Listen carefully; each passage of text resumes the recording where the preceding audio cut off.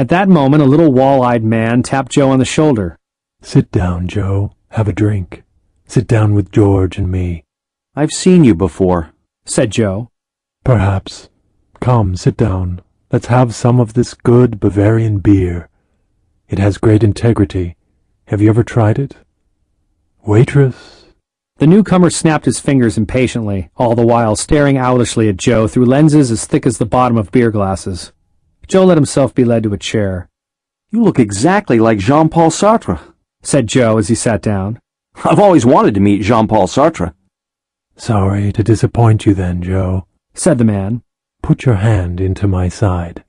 "Mal, baby!" Joe cried, attempting to embrace the apparition and ending up hugging himself, while George, bleary-eyed, stared and shook his head. "Am I glad to see you here?" Joe went on. "But how come you're doing Jean-Paul Sartre instead of your hairy taxi driver?" "This is a good cover," said Malaclypse. "People would expect Jean-Paul Sartre to be here, covering the world's biggest rock festival from an existentialist point of view. On the other hand, this is Lon Chaney Jr. country, and if I started showing up as Sylvain Martisset, with a face covered with fur, I'd have a mob of peasants carrying torches looking for me all over town." "I saw a hairy chauffeur today," said George. "Do you suppose it was Lon Chaney Jr.? "Don't worry, George," said Malaclypse with a smile. "The hairy people are on our side." "Really?" said Joe. He looked around. Hagbard Chalene was the hairiest person at the table. His fingers, hands, and bare forearms were black with hair. The stubble of his beard came high up on his cheekbones, just below his eyes. On the back of his neck, the hair didn't stop growing, but continued down into his collar. Stripped, Joe thought, the man must look like a bare rug. Many of the other people at the table had long hair or afro haircuts, and the men had beards and mustaches. Joe remembered Miss Mao's hairy armpits. The peasant blouses on the women in this room hid their armpits from examination. George, of course, had that shoulder-length blonde hair that made him look like a Giotto angel. "But," Joe thought, "what about me? I'm not hairy at all. I keep my hair in a crew cut because I prefer it that way. Where does that leave me? What difference does hair make?" he asked Malaclypse. "Hair's the most important thing in this society," said George. "I've tried repeatedly to explain that to you, Joe, and you've always never listened. Hair's the whole thing." "Hair in this society at this moment is a symbol," said Malaclypse. "However, there is a real aspect to hair which enables me, for instance, to look around this room and surmise that many of these people are enemies of the Illuminati. You see, all humans were once fur-bearing." Joe nodded. "I saw that in the movie." "Oh yes, you saw When Atlantis Ruled the Earth, didn't you?" said Malaclypse. "Well, hairlessness, you'll recall, was Gruad's peculiarity. Most of the people whom the Illuminati permitted to live, and to eventually become re-civilized Illuminati style, were mated with or raped by descendants of Gruad. But the fur-bearing gene, found in all humans before the catastrophe, has not disappeared. It is quite common in enemies of the Illuminati. My suspicion is that if we knew the histories of Elf and the Discordians and the Jams, we'd find that they go back to Atlantean origins and preserve to some extent the genes of Gruad's foes. I'm inclined to believe that hairy people, in whom the genes of Atlanteans other than Gruad predominate, are inherently predisposed to anti-Illuminati activities. Conversely, people who work against the Illuminati are also likely to favor lots of hair. These factors have given rise to legends about werewolves, vampires, beast-men of all kinds, abominable snowmen, and furry demons. Note the general success of the Illuminati propaganda campaign to portray all such hirsute beings as fearsome and evil. The propensity of hairiness among the anti-Illuminati types also explains why lots of hair is a common characteristic of bohemians, beatniks, leftists generally, scientists, artists, and hippies. All such people tend to make good recruits for the anti-Illuminati organizations.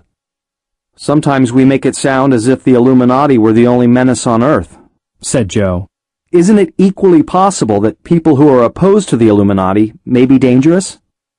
"Oh yes, indeed," said Malaclypse. "Good and evil are two ends of the same street. But the street was built by the Illuminati.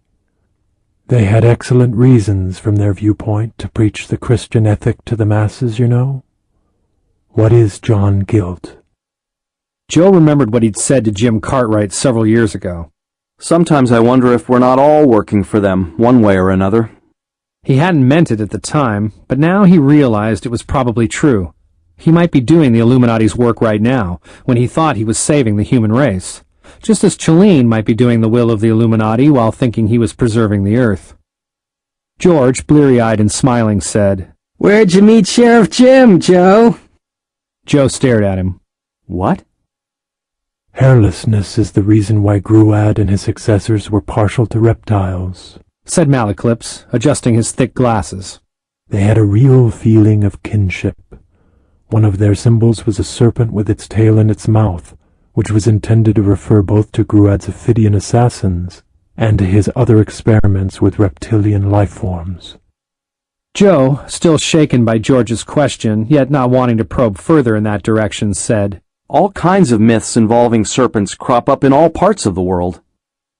"All of them go back to Gruad," said Malaclypse.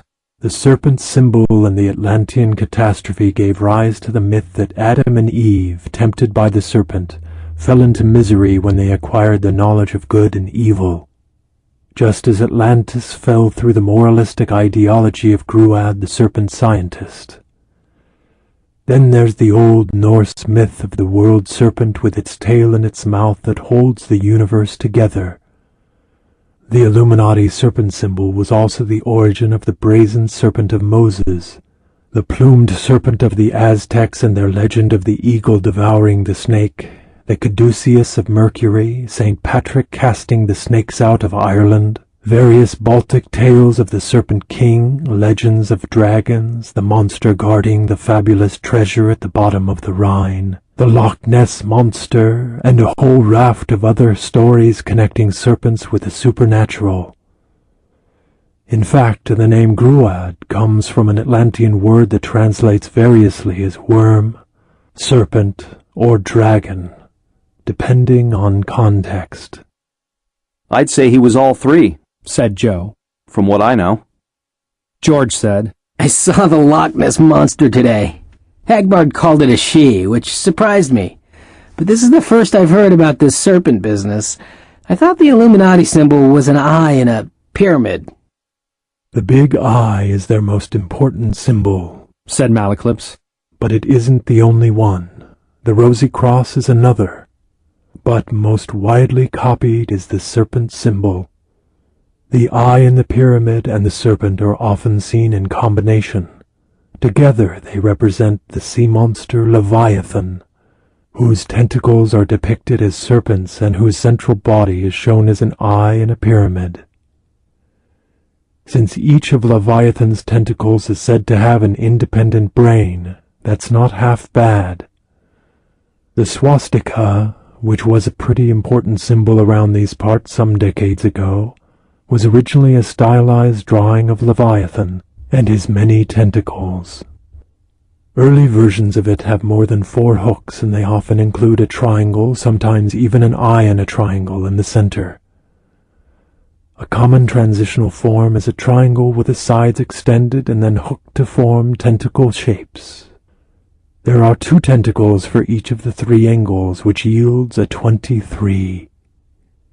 Polish archaeologists found a swastika painted in a cave. The drawing dated back to Cro-Magnon times, not long after the fall of Atlantis, and there were 23 swirling tentacles around a beautifully executed pyramid with an ochre eye in its center.